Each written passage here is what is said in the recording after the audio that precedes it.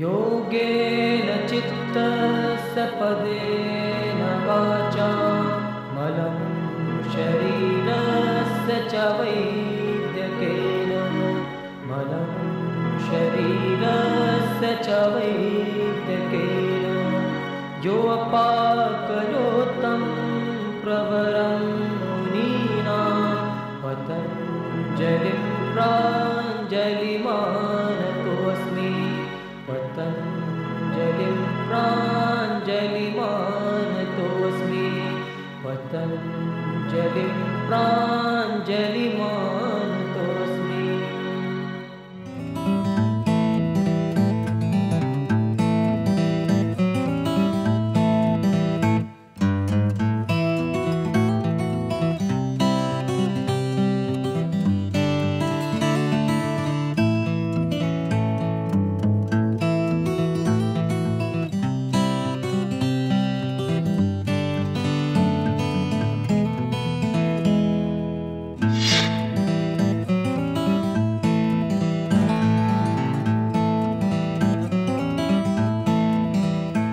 आसनों के इस क्रम में अब देखिए पश्चिमोत्तान आसन।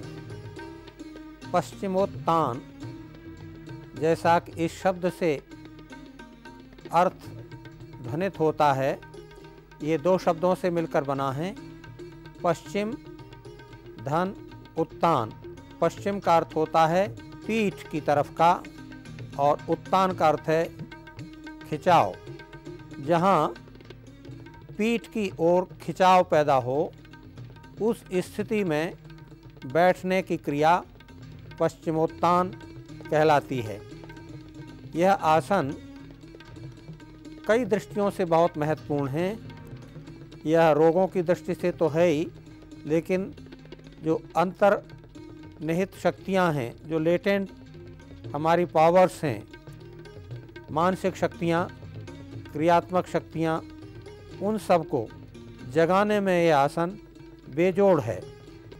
अभी इसका जो लक्षण हमारे आचार्यों ने, योग के मनीषियों ने, गोरक्षनाथ आदि ने दिया है, उसको देखिए।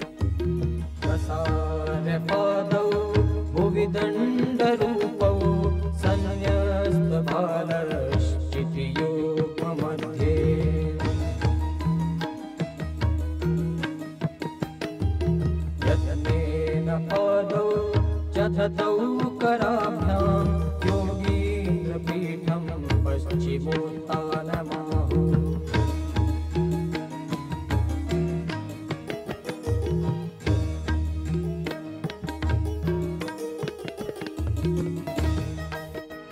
वायुः पश्चिममार्गेण तस्य चरति निश्चितम् एतदभ्यासकानां च सर्वसिद्धिश्च जायते।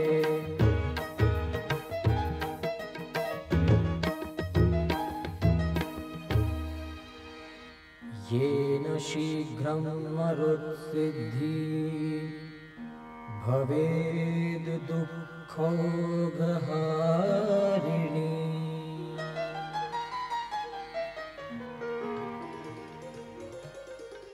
यह पश्चिमोत्तान आसन वायु सिद्धि के लिए सर्वोत्तम है और जितने उससे होने वाले दुख हैं, कष्ट हैं, रोग हैं, उनको दूर करने में ये रामबाण हैं।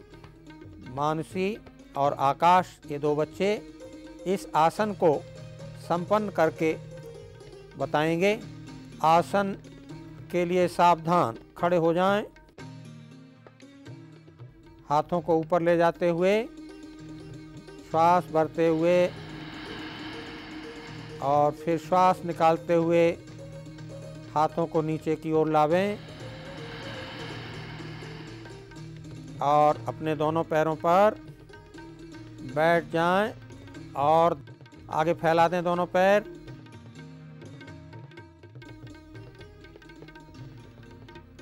आप पुनः इस पूर्ववत क्रिया, जैसे पहले श्वास भरते हुए हाथों को ऊपर ले गए थे, उसी प्रकार से हाथों को धीरे धीरे ऊपर ले जाएंगे श्वास भरते हुए। और एक पैर को सिकोड़ लें जंघा के मूल में। हाँ, और फिर श्वास निकालते हुए नीचे को झुकते जाएं और माथे को घुटने के ऊपर धीरे धीरे लगा दें। शाबाश, ठीक। आप हाथ को मुक्त करके, हाथ छोड़कर धीरे धीरे हाथ को ऊपर ले जाएं श्वास भरते हुए, और हाथ को नीचे ले जाकर पैर की स्थिति बदल दें। पैर को जो फैला हुआ था उसको सिकोड़ लें और जो सिकुड़ा हुआ था उसको फैला दें। पुनः उसी तरह से श्वास भरते हुए हाथों को ऊपर और श्वास निकालते हुए नीचे की ओर आकर हाथों से अंगूठा पकड़ें या पंजा पकड़ें और सिर को घुटने पर लगाएं। अपने माथे को टिका दें घुटने पर। बहुत अच्छा। वापस उसी स्थिति में, पूर्ववत स्थिति ऊपर करते हुए वापस नीचे आप दोनों पैरों को फैला दें। पुनः श्वास भरते हुए ऊपर की ओर उठते जाएं। पूरा श्वास भर जाए तो धीरे धीरे श्वास निकालते हुए नीचे झुकते जाएं और अपने पैरों के पंजे को या अंगूठे को जो भी पकड़ में आता है उसको पकड़ के धीरे धीरे सिर को घुटनों के बीच में लगाने का प्रयत्न करें। बहुत अच्छा, ठीक। आप धीरे धीरे हाथों को छोड़कर ऊपर ले जाएं श्वास भरते हुए और साइड में लावें दोनों हाथों को श्वास छोड़ते हुए और पीछे की ओर झुक जाएं, विश्राम की स्थिति में आ जाएं। सिर को पीछे गिरा दें, शरीर को ढीला छोड़ दें, श्वास को सम स्थिति में आने दें धीरे धीरे। इस आसन के बहुत बेजोड़ लाभ हैं।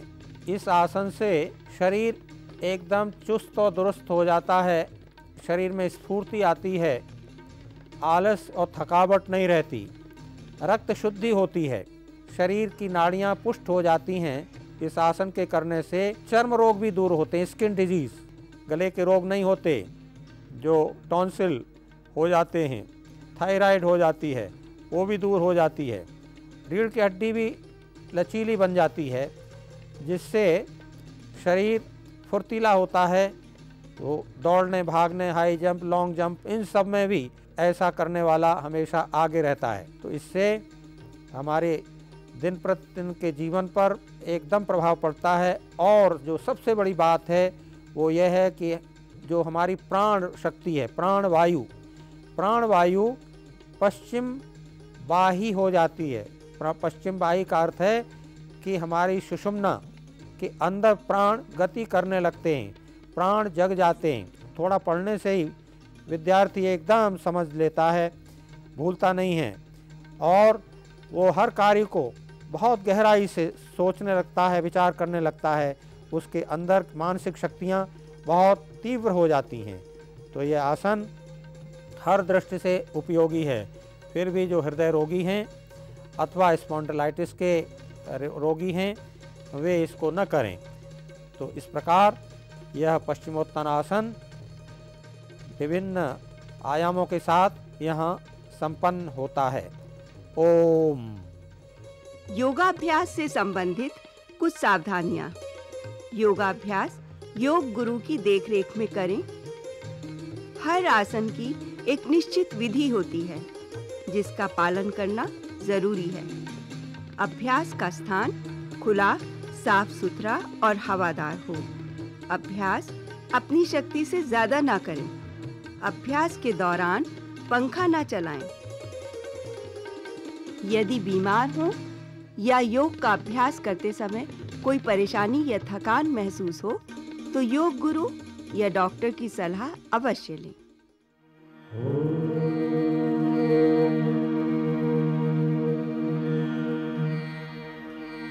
सहना भवतु सहना